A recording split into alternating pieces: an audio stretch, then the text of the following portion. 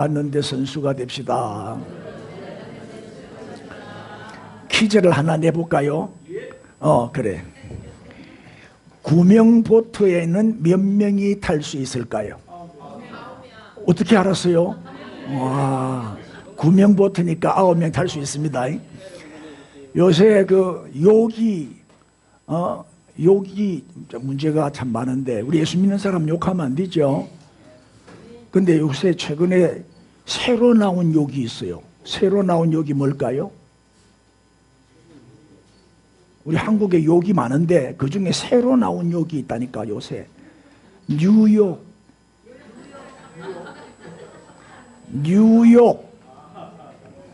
맞습니까? 그럼 하나만 더 해볼게. 길거리에서 누가 툭 치는 거야. 그때 누가 탁 치면 확인해야 할 일이 하나 있어요. 뭐지요? 누가 툭 쳐. 그러면 누가 쳤는지 확인을 해야 될 거 아니에요. 그게 뭐예요? 친자 확인. 친자 확인. 재밌어요? 이제 왜 내가 이렇게 아재 개그를 하냐, 넌센스 퀴즈를 왜 하냐. 설교를 들을 때는 이렇게 길을 쭉 세우고 경청을 해야 돼요. 그래야 빨리빨리 설교를 알아듣고 말귀를 알아듣습니다.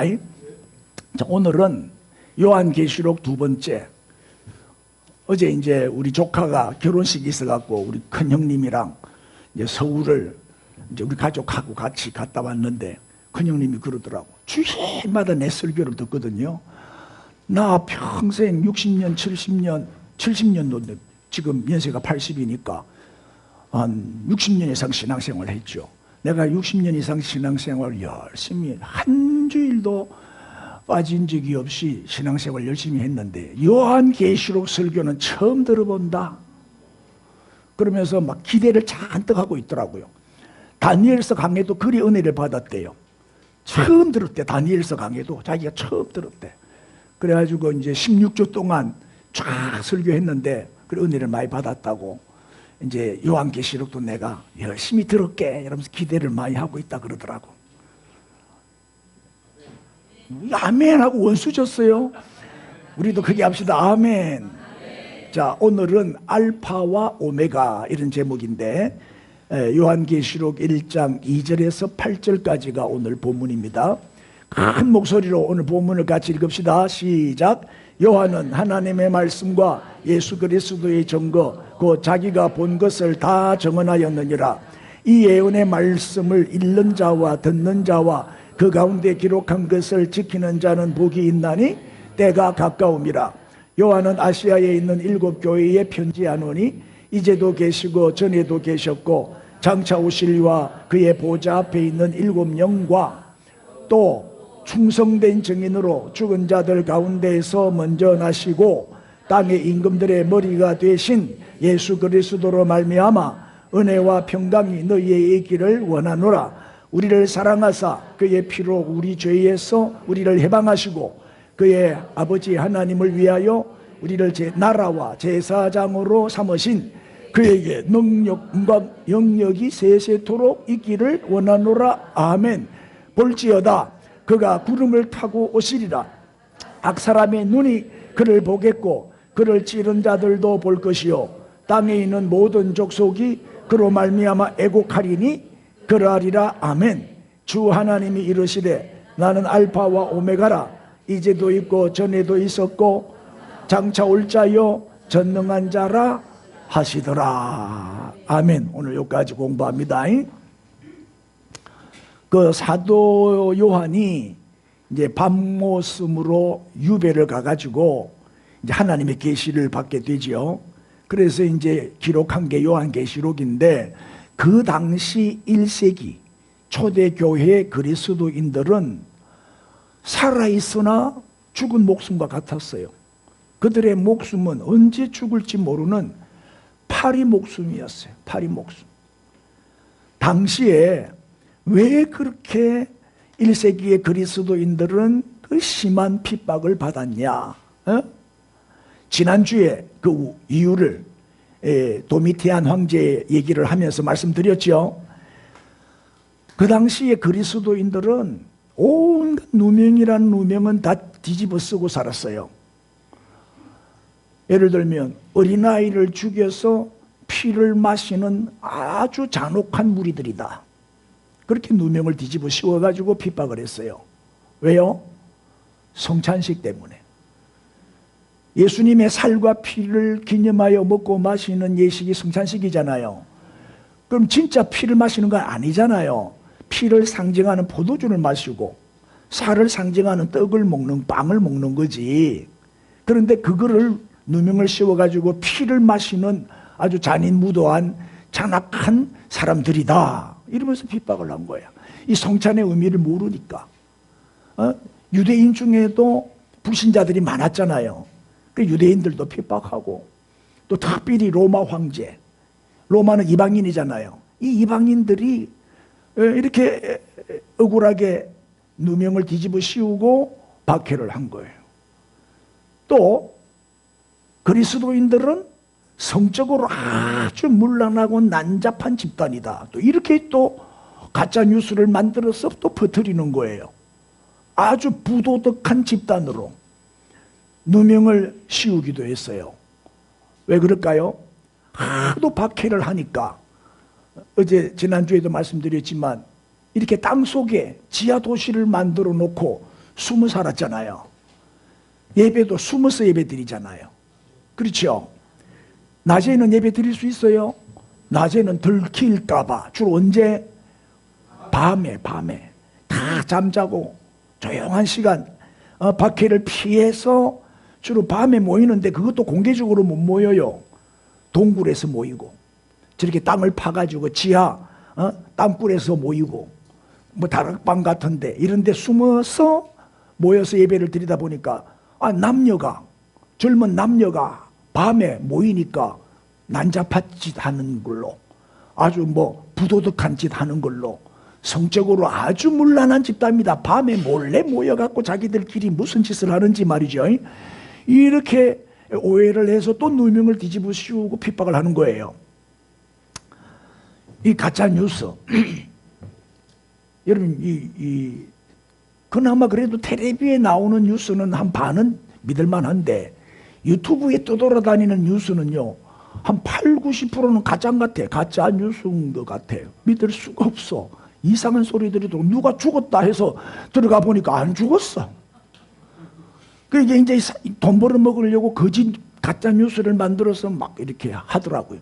그래서 우리 잘 분별해야 되겠어요. 자, 그 당시에 로마의 식민 통치를 받던 시대였잖아요. 그러니까 대부분 뭐예요? 황제 숭배.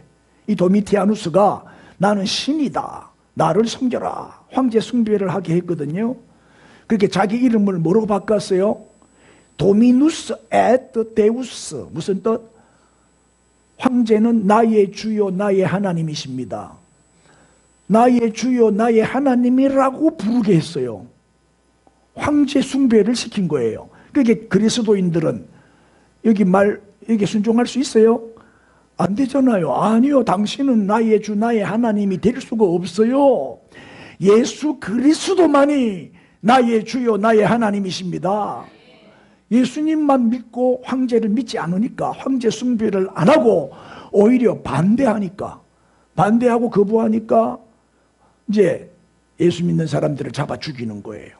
이제 핍박을 아주 심하게 하는 거죠. 그래서 저렇게 숨어가지고 저런 데서 지하 도시에서 살아요. 저렇게 살다가 죽으면 그냥 묻어버려요.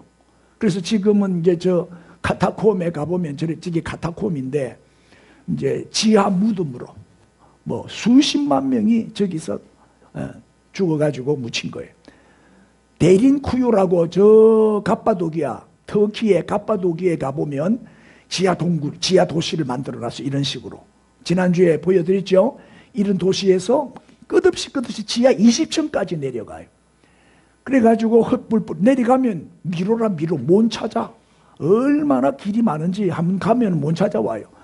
그래서 관광 코스로 딱 만들어 놓은 코스만 딱 가게 돼 있어요. 일제시대 때도 그랬잖아요. 일본 천황을 신으로 섬겨라. 그래서 신사참배를 강요했잖아요. 그때 대부분의 목사님들은 신사참배를 했어요. 살기 위해서. 그리고 일본 놈들이 시키는 대로 말 잘 들었어요. 쉽게 말하면 친일파들. 일제시대 때도 잘 먹고 잘 산 사람들은 다 친일파들이었죠. 항일운동, 독립운동 하면서 반대하는 사람들은 얼마나 고생하며 살았어요. 특별히 신사참배를 거부하면 감옥에 집어넣어 버려요. 그래 감옥에서 고문을 해요. 그 고문을 견디다 못해 끝까지 신사참배 안 하고 믿음 지키고 순교하신 분이 그 유명한 주기철 목사님이잖아요. 그와 같이 초대교회 그리스도인들은 아주 나쁜 사람들이다. 부도덕한 사람들이다. 음란한 사람들이다. 피를 마시는 사람들이다. 뭐 이런 엄청난 가짜 뉴스를 만들어서 매도를 하고 누명을 뒤집어 씌우고 소문을 퍼뜨리니까 이게 이제 가스라이팅이죠. 가스라이팅을 하니까 평판이 안 좋은 거예요. 인식이 너무 안 좋은 거예요. 그러면 거짓말도 100번, 1000번 계속 하면 뭐가 된다고? 참말이 돼버려요. 그렇잖아요. 그래서 원인을 알 수 없는 무슨 안 좋은 일이 생긴다. 무슨 나라의 사회에 무슨 엄청난 뭐 안 좋은 일이 일어났다. 그러면 전부 다 기독교인들 때문에 그렇다고. 그리스도인들이 저지른 범죄라고. 무조건 기독교인들한테 누명을 뒤집어 씌워서 딱 단정을 지어버려. 조사도 안 해. 그 나쁜 짓 그리스도인들이 한 거야. 잡아 죽이자. 이렇게 핍박을 하는 거예요. 그러니까 숨어 다닐 수밖에 없고 저렇게 지하 도시를 만들어 놓고 터키, 갑바도기아까지 도망을 가서 숨어서 살 수밖에 없었다. 또 예를 들면 네로 황제, 로마 시내에 불을 질러 놓고는 그 화재 원인을 누구한테 뒤집어 씌워요? 그리스도인들이, 기독교인들에게 뒤집어 씌우고 다 잡아 죽였어요. 그래가지고 사자밥이 되게 하고 불에 태워 죽이고 십자가에 매달아 죽이고 하여튼 끔찍하게 죽였어요. 모든 일어나는 사회 악은, 사회 문제는 그리스도인들 때문에 일어난다. 이렇게 말하고 박해를 한 거예요. 그러니까 초대교회 당시 1세기의 그리스도인들의 목숨은 파리 목숨이었어요. 하루하루 사는 게 기적이었어요. 하루하루 불안과 두려움 속에서 살았어요. 그래서 저런 카타콤, 저런 데링쿠유 같은 저런 지하 도시가 만들어지게 된 거예요. 왜? 북한도 그렇죠. 북한은 예수 믿다가 예배 드리다가 성경 읽다가 붙잡히면 어떻게 돼요? 여지없이 총살당하거나 아우지 탄강으로 보내지거나 비참하게 죽임을 당하잖아요. 우리 영화 봤잖아요. 신의 악단인가? 영화 봤죠? 안 본 사람은 사람도 아니요. 인간이지. 내가 보라 한번 보세요. 자, 그러니까 맹수밥에 뭐 십자가 처형에 뭐 또 화형 불에 태우니까 끔찍하죠. 독사 굴 속에 집어넣어 버리고 산 사람과 시체를 다 입과 입, 눈과 눈, 배와 배 딱 마주보고 묶어가지고 또 꼭꼭꼭 묶어버려. 그리고 죽은 시체를 위에 올려라. 심장마비로 죽어버리게. 그런 식으로 죽여요. 그런데 사도 요한도 잡혔어요. 사도 요한도 잡혔는데 어떻게? 기름 가마솥에다가 집어넣었다고. 그런데 죽어야 안 죽어? 안 죽어. 이걸 보면 생명의 주인은, 생명의 주권자는 하나님이라는 것을 알 수 있죠. 기름 가마솥에 넣었는데도 안 죽고 살아나왔다. 이건 기적 아니에요? 다니엘의 세 친구도 마찬가지죠. 그 불무불 속에 집어넣었는데 집어넣는 사람이 다 죽을 정도로 뜨거운 불이었는데 머리털 하나 안 거슬리고 살아나왔잖아요. 기적이지요. 왜? 사명이 남아있는 사람은요, 하나님이 그 생명을 지켜주셔요. 그 생명을 보호하신다고요. 똑같이 교통사고 나는데 다 죽었는데 나만 살아요. 사명이 남아있는 사람은 하나님이 살리시더라 이 말이에요. 예? 지진이 났어, 홍수가 났어, 뭐 또 전쟁이 났어. 지금 전쟁 중이잖아요. 다 죽는데 안 죽어. 신기한, 생명은 정말 알 수가 없어요. 다 죽어도 한 사람은 또 살아나더라고. 아직 그 사람은 뭐예요? 하나님이 택한 자이든지 예수를 믿고 구원받아 천국 가야 될 자지요. 하나님이 택한 사람, 사명이 남아있는 사람은 하나님이 다시 살아나게 하시더라. 그래서 이 하나님은 왜 사도 요한을 살려내셔서 밤모섬에 유배를 가게 하셨지요? 뭐 때문에 무슨 사명을 이루게 하시려고? 그렇죠. 요한계시록을 기록하게 하시려고. 그래서 살려서 밤모섬에 유배를 가게 한 거예요. 이게 하나님의 섭리고, 지나고 보니까 이게 하나님의 은혜죠.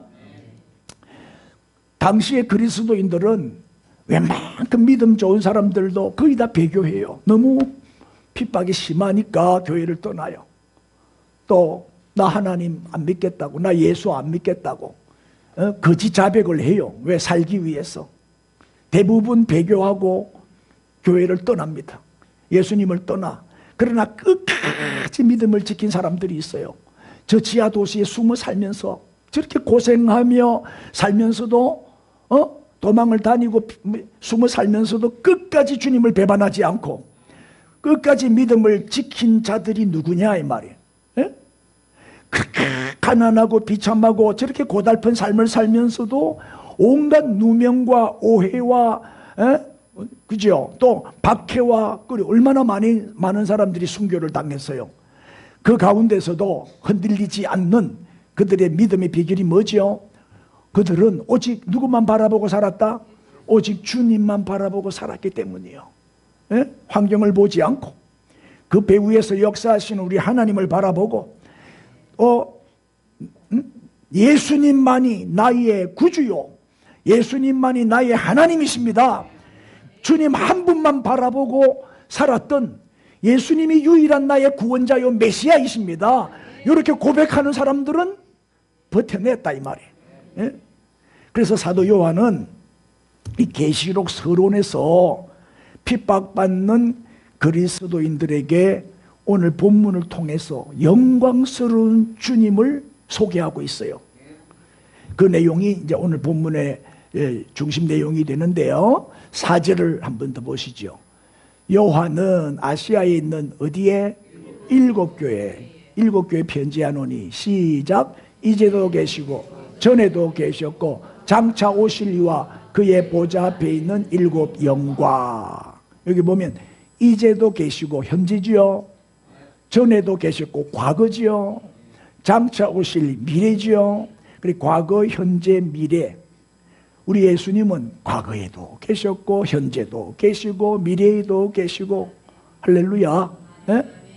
그리고 전능하신 분이다 이렇게 소개하고 있거든요. 8절을 또 보시죠. 시작. 주 하나님이 이르시되 나는 알파와 오메가라. 이제도 있고 전에도 있었고 장차 올 자요 전능한 자라. 아멘. 그러니까 현재도 과거에도 미래에도 그리고 전능자다. 알파와 오메가다. 에? 지금 파리 목숨처럼 하루하루 불안불안하게 살아가고 있던 그들에게 이 말씀은 큰 위로가 되고 격려가 되고 힘이 되는 말씀이죠. 왜요? 알파와 오메가가 무슨 뜻이에요? 요게 알파와 오메가예요. 헬라어로 대문자를 저렇게 써요. 알파 A, 저게 알파 첫 자요. 헬라어 알파벳의 첫 자가 알파고 맨 마지막 자가 오메가예요. 영어로 말하면 A과 Z죠. 알파와 오메가, 처음이고 마지막이고 시작이고 끝이고 그분이 예수님이다. 할렐루야. 그러니까 무슨 얘기예요 저게? 우리 주님은 시간의 주인이시다. 처음부터 끝까지 영원하신 분이다.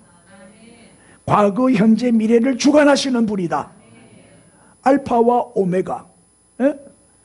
영원하신 예수님을 상징하는 표현으로 알파와 오메가 이렇게 말한 거예요. 만물의 시작과 만물의 끝은 예수님이다. 예수님이 창조주잖아요. 이 세상의 시작은 예수님으로 시작되어 있죠. 할렐루야. 창조주니까. 그리고 마지막 세상 심판도 예수님이 아시잖아요. 그러면 마지막 심판까지, 창조부터 심판까지, 시작부터 끝까지 역사의 주인이시고 시간의 주인이시다. 그분은 전능자다. 전능자. 불가능이 없다.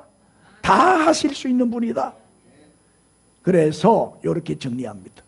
요 4절 8절 말씀을 이렇게 한 문장으로 정리를 하면 이렇게 되겠죠. 한번 읽어주세요. 시작.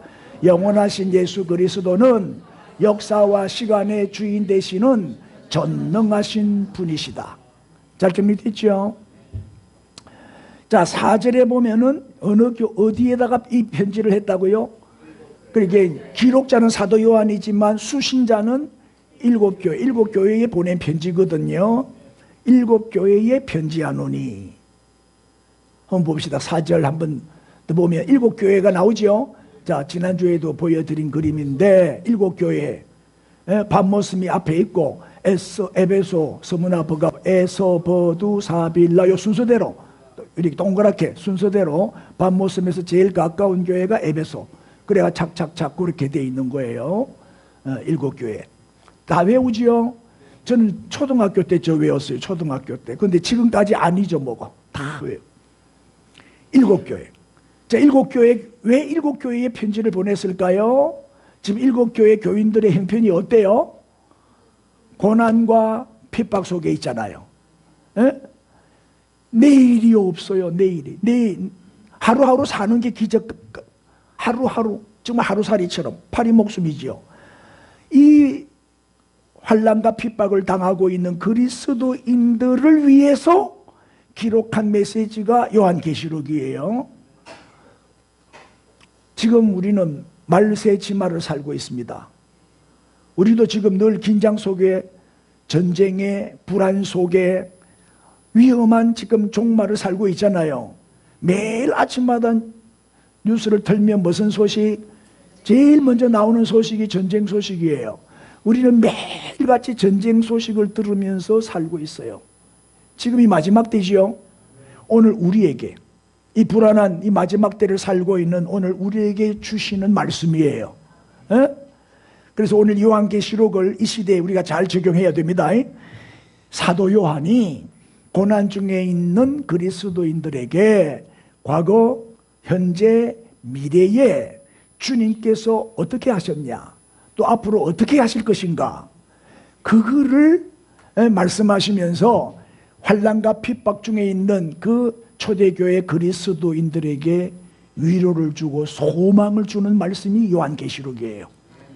그래서 오늘 과거, 현재, 미래 예수님이 하신 일이 뭔지 말씀드릴게요. 첫째는 한번 읽어주세요. 시작. 우리를 죄에서 해방하신 그리스도. 과거에 예수님은 우리를 죄에서 해방시켜 주셨다는 거예요. 오늘 본문 5절이에요. 또 충성된 증인으로 죽은 자 가운데서 먼저 나시고 부활이지요. 부활의 첫 열매가 누구예요? 예수님. 땅의 임금들의 머리가 되신, 이 말은 뭐예요? 임금들의 머리니까 왕중왕이지요. 만왕의 왕이지요. 먼저 되신 예수 그리스도로 말미암아, 그 예수님은 부활의 첫 열매가 되시고 만왕의 왕이 되시는 분이다. 이 예수로 말미암아 은혜와 평강이 너희에게 있기를 원하노라. 그 다음에 시작. 우리를 사랑하사 그의 피로 우리 죄에서 우리를 해방하시고. 우리를 너무 사랑하셨기 때문에, 우리를 사랑하셨기 때문에 그의 피로 우리 죄에서 우리를 해방하셨다. 이 과거 시제로 되어 있어요. 본문에 해방하셨고 이렇게 되어 있어요.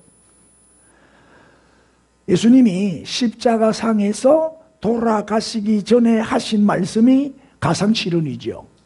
가상칠언 중에 다 이루었다. 몇 번째인 줄 아세요? 다 이루었다.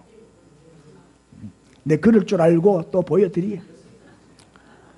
자, 이제 빈칸을 여러분이 한번 찾아보세요. 예수님이 가상칠언, 십자가상에서 처음으로 하신 말씀이 뭐예요?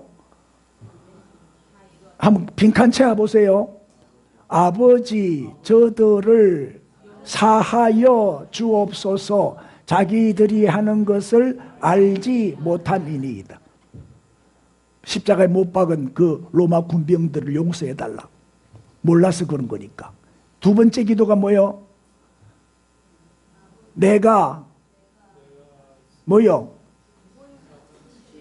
못 맞추겠어요? 안 보여요. 이제 모르면 안 보인다 하더라. 모르면 안 보이는데 이래 또 말한. 뭐요? 진실로 내게 이르노니 오늘 네가 나와 함께 낙원에 있으리라. 누구한테 하신 말씀? 오른편 강도. 오른편 강도, 회개하는 강도에게 하신 말씀이죠. 이게 두 번째 말씀이에요. 세 번째가 뭐요? 일로 가야 돼. 여자여 보소서 아들이니이다. 보라 네 어머니라. 사도 요한에게 맡기는 거예요. 어머니 네가 이제 네 엄마다. 네가 돌봐라. 그래서 사도 요한이 장수한 비결, 어머니를 돌봐야 되니까. 어머니보다 오래 살아야 돼. 그게 효자지. 먼저 죽으면 불효야. 맞아요? 예수님이 요한을 오래 살릴 수밖에 없죠. 자기 어머니를 위해서라도 오래 살려야지. 그래 잘 모실 거 아니에요. 이해가 됐죠? 어머니를 위한 효도. 그래 첫째는 용서, 두 번째는 구원, 세 번째는 효도. 우리 기독교는 그래서 용서의 종교고 또 구원의 종교고 효도의 종교라 그러는 거예요. 그럼 네 번째는 뭐예요? 네 번째 요 밑에 있네. 엘리 엘리 라마 사박다니. 나의 하나님 나의 하나님 어찌하여 나를 버리시나이까. 여기 뭐예요? 고독. 하나님으로부터 버림받는 절규. 하나님으로부터 외면당하잖아요. 죄 때문에. 이런 고통을 당하셨어. 그 다음에 다섯 번째, 내가 목마르다. 예수님의 인성을 강조하는 말씀이죠. 예수님도 육신을 가진 이 인성을 가졌으니까 내가 목마르다. 왜냐하면 물과 피를 다 쏟아냈으니까. 마지막 한 방울까지 다 쏟아냈잖아요. 그래 목마르다. 여섯 번째, 다 이루었다. 옳지. 여섯 번째가 다 이루었다요. 이게 무슨 뜻이죠? 이제 내가 빚을 다 갚았습니다. 그런 뜻이에요. 이제 내가 빚을 다 갚았습니다. 완성. 구속 사역 완성. 예수님이 이 땅에 오신 목적이 뭐요? 우리의 죄를 대신 짊어지고 속죄의 제물이 되는 거예요. 대속 제물이 되는 거예요. 다 이루었다. 드디어 다 이루었다. 그 다음에 마지막, 아버지여 내 영혼을 아버지 손에 부탁하나이다. 이게 뭐예요? 위탁. 그렇죠? 이제 임종이지, 임종. 그리고는 숨을 거두시니라. 그랬죠? 다 이루었다. 죄의 빚을 다 갚았다. 그런 뜻이에요. 여러분, 빚이 얼마나 무서운 건지 경험해 본 사람은 다 알죠? 여러분, 빚 져본 적 있어요? 미친다니까. 밤에 잠 못 자요. 독촉 전화 오고 고소고발 당하고 경찰에 가서 조사받고. 여러분, 빚이 참 무서워요. 빚 없는 사람이 부자요. 뭐가 가난이죠? 빚지는 게 가난이에요. 빚지는 순간 그 사람의 노예가 되는 거예요. 그 사람의 종이 되는 거예요. 그리고 우리는 빚 안 지고 살아야 돼요. 모아놓은 돈은 없어도 괜찮아. 빚만 없으면 다리 쭉 펴고 잔다니까. 그래서 저는 3초 만에 잠이 든다니까. 하도 잠을 깊이 자. 딱 눕자마자 하나 둘 셋 드르릉 하니까 우리 집사람이 잠을 못 자는 거야. 시끄러워가지고 코 곤다고. 그래서 내가 이제 그 연구를 했어요. 코를 안 조는 비결이 뭘까? 평소에는 잘 안 고는데 피곤하면 내가 이제 테니스 치는 날은 코를 곤대. 내 정장로님이 범인이요. 나를 얼마나 감 훈련을 시키는지. 피곤해갖고 코를 곤대요. 근데 상체를 약간 이게 병원에 가면 침대를 약간 올려가지고 자잖아요. 그럼 코를 안 곤대요. 반듯하게 누우면 이게 기도가 막혀갖고 코가 막혀갖고 코를 고는데 약간 올려가지고 상체를 한 15도 정도 이렇게 딱 올려가지고 자면은 숨쉬기가 훨씬 sul고 코를 안 곤다더라고. 그래가지고 어제 내가 그래갖고 잤어요. 그 내 코 골더나 이렇게 영 작게 골더라 이러더라고. 내가 별거 다 가르쳐 줍니다. 요새 하도 막 먹는 알부민 열풍이 일어가지고 내가 주부에다 써놨어. 속지 말라고. 속지 마세요. 왜? 여러분 내 가족 같으니까 내가 다 가르쳐 주는 거예요. 빚 중에서 가장 무서운 빚이 무슨 빚이요? 빚 중에서 제일 무서운 빚이 죄의 빚입니다. 죄의 빚. 우리가 왜 불안하고 왜 불면증 걸리고 왜 괴롭고 왜 두렵고 왜 답답하고 왜 불행한지 아세요? 그 이유를? 죄 때문입니다. 죄 때문에 그런 거예요. 왜 기쁨을 잃어버리고 행복을 잃어버리고 평안을 잃어버리고 만족을 잃어버리고 하루하루 죽지 못해 고통 가운데 사냐? 그 죄의 빚을 못 갚아서 그런 거예요. 죄의 빚 때문에 그런 거예요. 죄의 삭은 뭐지요? 사망. 한 번 죽는 것은 정한이 치고 그 다음에는 심판이 있고 심판의 결과 둘째 사망, 불못에 들어간다 그랬어요. 멸망이요, 멸망. 그러니까 이 하나님의 저주와 진노와 심판은 피할 수가 없어요. 죄를 없애야만 비로소 평안이 임하고 기쁨이 임하고 행복이 임하고 만족한 삶을 살게 되는 거예요. 불면증은 죄의 빚을 갚아야 치료가 되는 거예요. 안 그러면 불면증 못 고쳐요. 아멘 안 할 거예요? 그게 아멘. 그런데 죄를 알지도 못한 우리 주님께서 우리의 모든 죄의 빚을 대신 갚아주시려고 우리의 죄를 담당하시고 살찌고 피 흘려 죽어주심으로 죄의 대가인, 죄의 결과인 죽음의 빚, 이 사망의 빚을 갚아주신 거예요. 그래서 우리가 생명을 얻게 된 거예요. 아멘 아멘. 그리고 우리가 왜 주일마다 모여서 이렇게 주님을 찬양하고 주님을 예배하고 기뻐하고 주님을 높이냐? 그 이유가 뭐예요?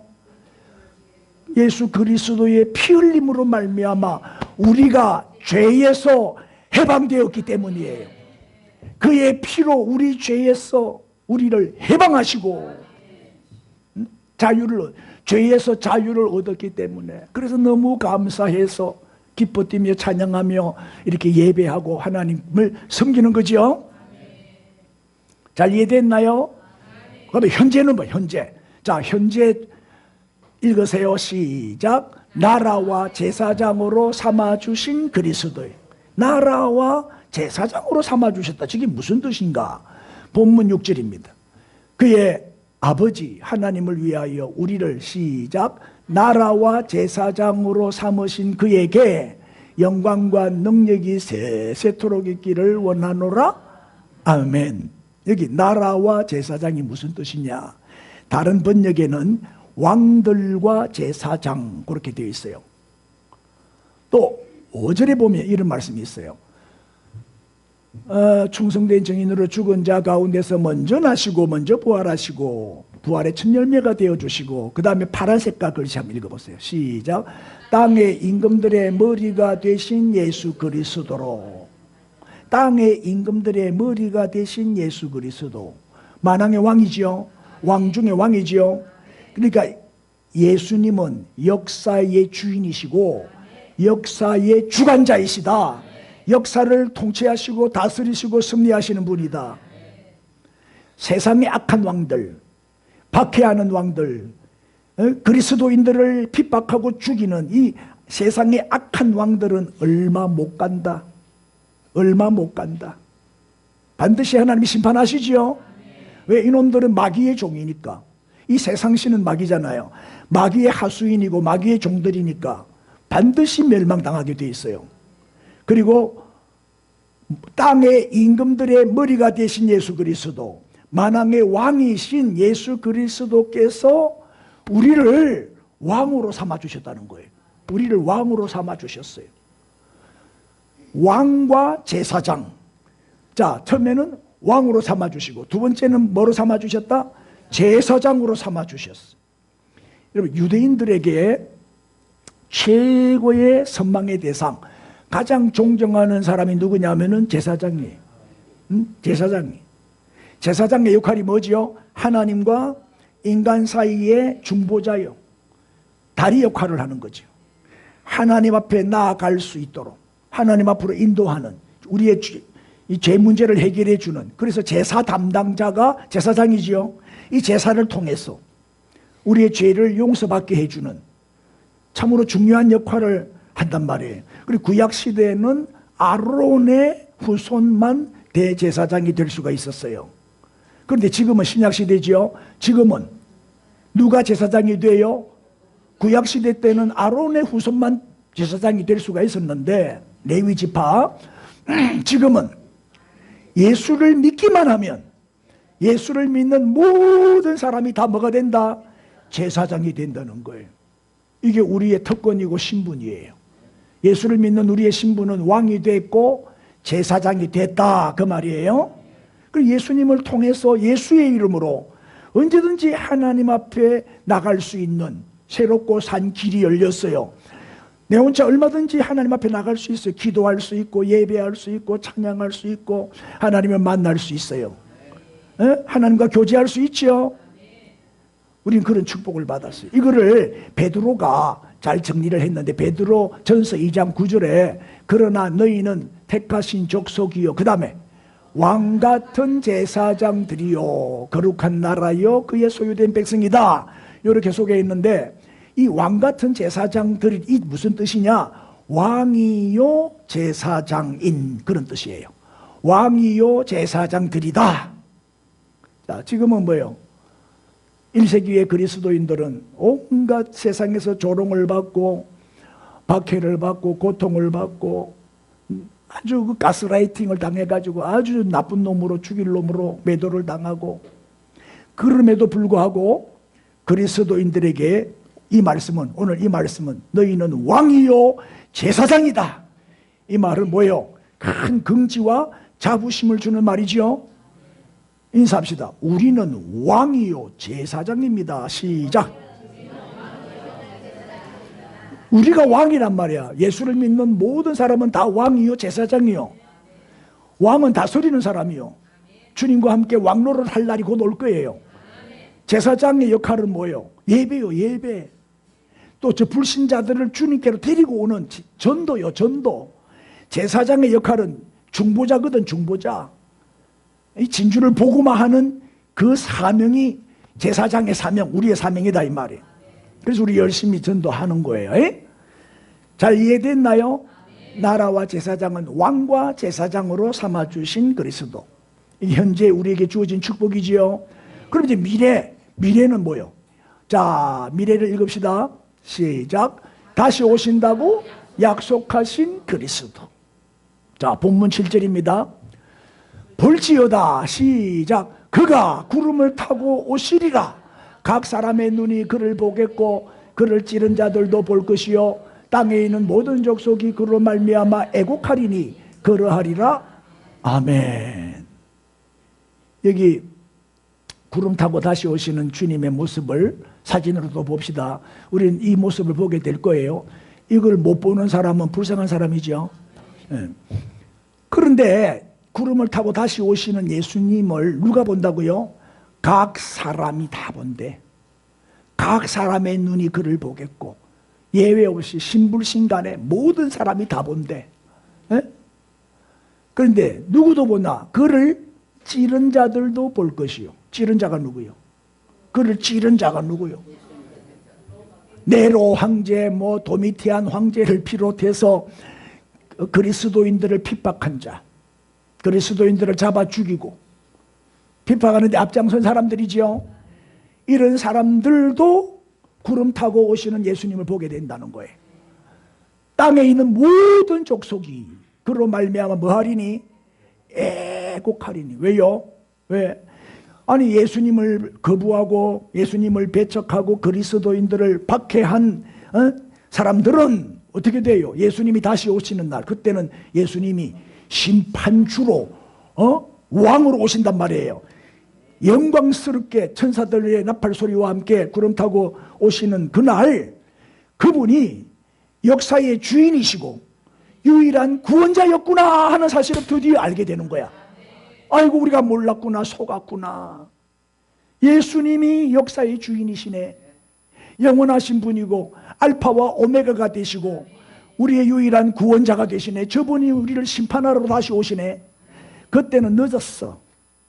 무릎 꿇고 애통하고 애곡하고 통에 자복해도 소용없어.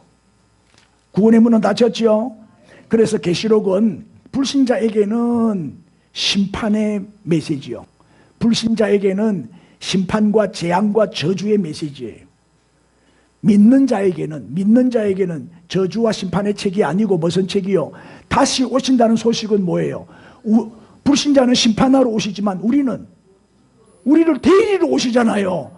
우리에게 상 주시고 면류관 주시고 우리를 데리고 주님과 함께 우리는 어린 양 혼인잔치에 들어가서 예수님은 신랑으로 우리는 신부로 하나가 연합이 돼서 하나가 돼서 한 몸이 돼서 천국에 같이 올라가거든요. 그러니까 믿는 자에게는 다시 오신다 하는 재림의 소식은 기쁨의 소식이요 축복의 소식이고 소망의 소식이고 나는 아멘 할 때까지 할 거예요. 희망을 주는 메시지 아니요. 그래서 요한계시록은 우리 믿는 자에게는 축복의 책, 안 믿는 사람한테는 저주의 책, 안 믿는 사람한테는 심판의 책, 우리한테는 뭐요? 그렇지, 소망의 책이지요. 소망, 우리에게 소망을 주는 말씀이잖아요. 그래서 요한계시록은 복이 있다는 말씀이 딱 7번 나와. 우리에게 7가지 복을 주는 책이 요한계시록이에요. 축복의 책이라 그랬잖아요. 자, 먼저 한번 봅시다. 3절, 1장 3절. 이 예언의 말씀을 읽는 자, 듣는 자, 그 다음에 그 가운데 기록한 것을 지키는 자는 뭐가 있다? 복이 있다. 때가 가깝다. 주님 오실 때가 다 됐다. 자, 복이 있다는 말이 1장 3절에 나와요. 어떻게 하면 복 받아요? 복 받는 비결이 저 나와 있잖아. 복 받는 비결이 뭐예요? 이 예언의 말씀은 요한계시록이죠. 요한계시록의 말씀을 어떻게 하면 돼요? 읽고 듣고 지키면 돼. 이제 우리가 금년에 2026년도에는 요한계시록을 이제 읽고 듣고 또 공부하고 기록하고 지키고 묵상할 거니까 엄청나게 복을 받을 거예요.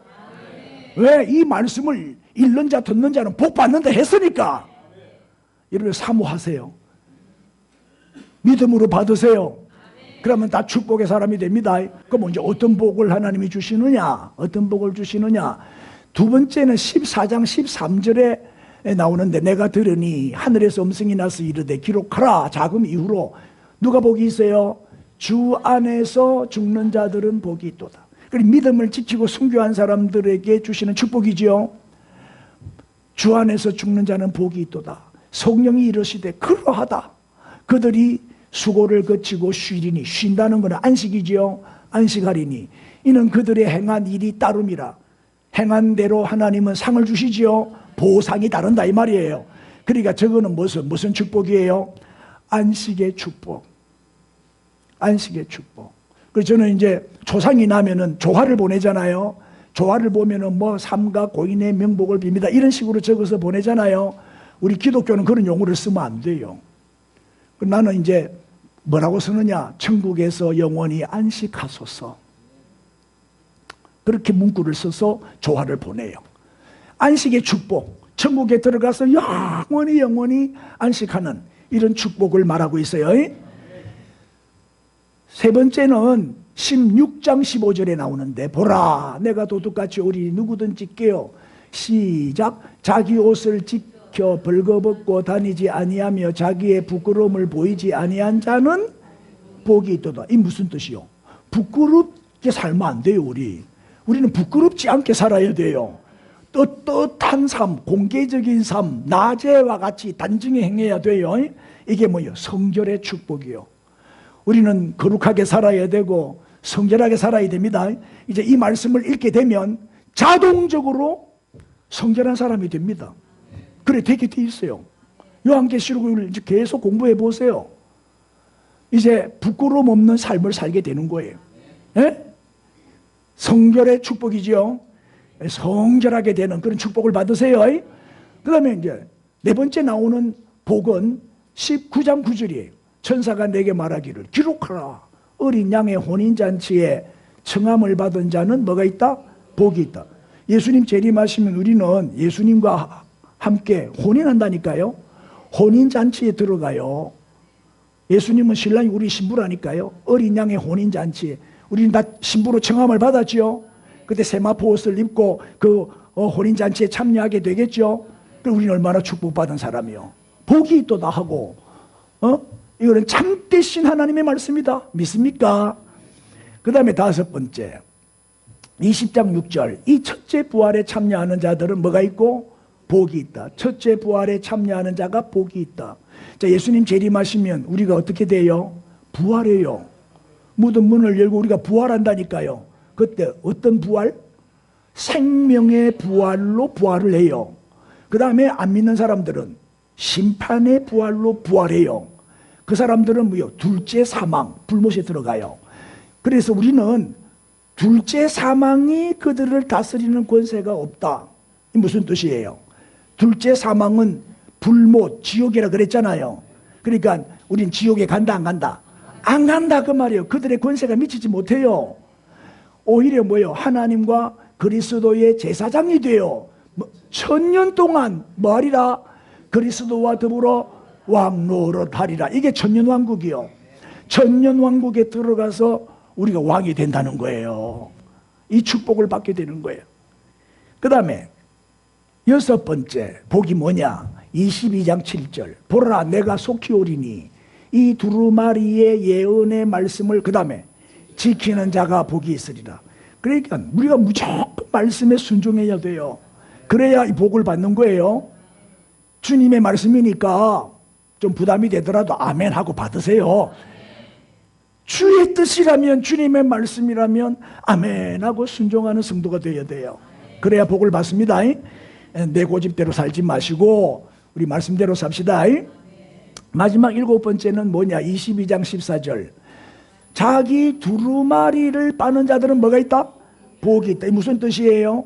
자기 두루마리를 빤다는 거는 뭐예요? 빨면 깨끗해지잖아요. 어린 양의 피로, 예수 그리스도의 그 어린 양의 피로 죄를 씻었다는 뜻이에요. 죄를 씻었다. 이런 자는 복이 있죠. 우리 이미 복을 받았죠. 이는 그들이 생명나무에 나아가면, 생명나무가 어디예요? 천국에 가면 생명나무가 있고 생명 강물이 흘러요. 생명 열매를 따먹는다고. 내 생명 열매를 따먹으니까 죽어야 안 죽어요? 영원히 사는 거예요. 왜? 죽을 만하면 또 생명나무 따먹으면 되지. 생명 열매를 따먹고 생명수를 마시니 안 죽어. 영원히 사는 나라가 천국입니다. 하나님의 나라입니다. 천국 기업의 축복이에요. 천국 기업을 차지하게 된다. 우리가 천국 가기 위해서 거룩하게 사는 게 아니에요. 우리는 구원을 받았기 때문에 거룩하게 살아야 돼요. 하나님의 자녀가 되었기 때문에 자녀답게 살아야 되는 거예요. 할렐루야. 천국은 믿음으로 가는 나라요. 그런데 그 믿음이 진짜인지 가짜인지는 뭘 보면 알아요? 삶을 보면 아는 거지요. 거룩한지 성결한지 더러운지 보면 아는 거예요. 자, 이제 머지않아 주님은 심판주로 다시 오실 줄 믿습니다. 지금 재림의 징조가 얼마나 많이 보입니까? 예수님은 왜 오시느냐? 불신앙의 세상을 심판하기 위해서. 불신자에게는 이 요한계시록이 심판의 책이라 했죠.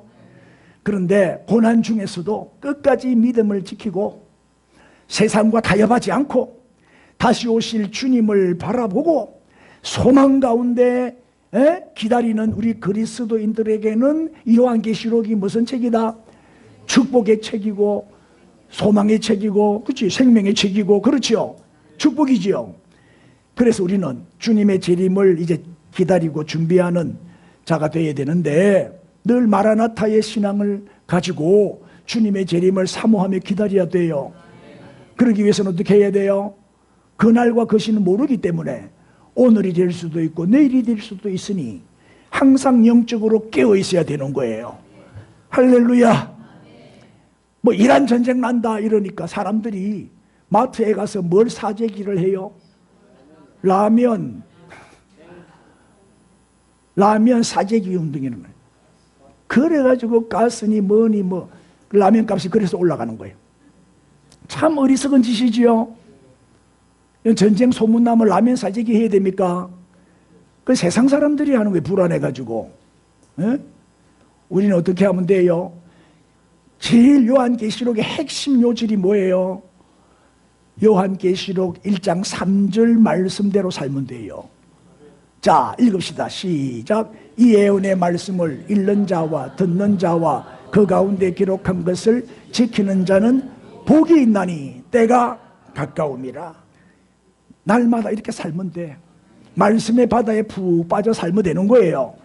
우리는 종말론적인 신앙을 가져야 됩니다. 무슨 얘기냐? 오늘이 마지막 날인 것처럼 살아야 돼요. 오늘이 내 생의 마지막 날이다라고 생각하고 살아야 최선을 다하게 되고 후회 없이 살게 되고 정직하고 깨끗하고 성결하고 거룩하게 살게 되는 거예요. 아멘. 그래서 금년에 2026년도 주님이 오실 수도 있기 때문에 우리가 2026년도에 믿음의 경주를 달리자. The race of faith. 믿음의 경주, 경주장에서 우리가 이제 열심히 한번 전심전력에서 한번 달려보자. 그래가지고 신앙의 경주에서 여러분 다 왕이 되시기를 바랍니다. 그래서 예배왕, 전도왕, 섬김왕 다 잘하신 한 분을 뽑아서 왕중왕 MVP를 뽑으려고 해요.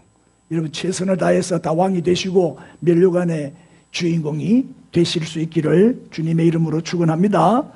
할렐루야. 다 일어나세요. 다 일어나셔서 우리 뜨겁게 한번 기도하겠습니다. 시간과 역사의 주인이신 우리 주님, 우리 주님의 재림을 우리가 사모하며 기다려야 되겠죠. 그러기 위해서는 영적으로 항상 깨어 있어야 됩니다. 오늘 이 말씀 붙들고 우리 주여 부르고 통성으로 기도합시다.